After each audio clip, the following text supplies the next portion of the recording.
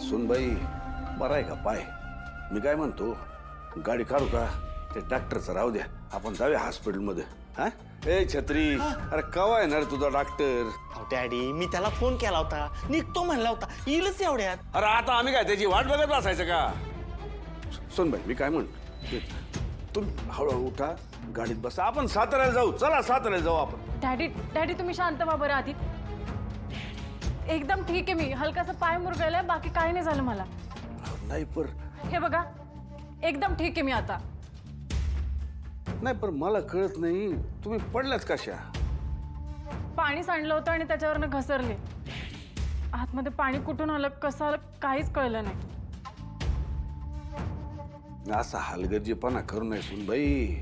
तर आम्ही आज नसतो तर काय झालं असतं? तुमच्या पोटात एक जीव आहे, त्याचा तरी विचार करा. आता तुम्ही स्वतःला काचच्या भांड्यावानी जपलं पाहिजे. नाही नाही नाही, आमचं चुकलं. इथं तुमच्यासाठी एखाद्या माणसाची सोय करून आम्ही जायला हवं. डॅडी आता तुम्ही जास्तच विचार करताय. ठीक आहे मी, तुम्ही बसा बरं, मी काहीतरी नाश्ता बनवून आणते. काय खूळ लागलं काय तुम्हाला?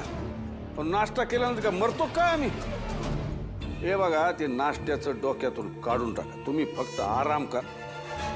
अरे हा, सकाळपासून घरात काय बनलं नाही म्हणला तुम्ही, म्हणजे तुम्ही बी काय खाल्लेलं नसणार.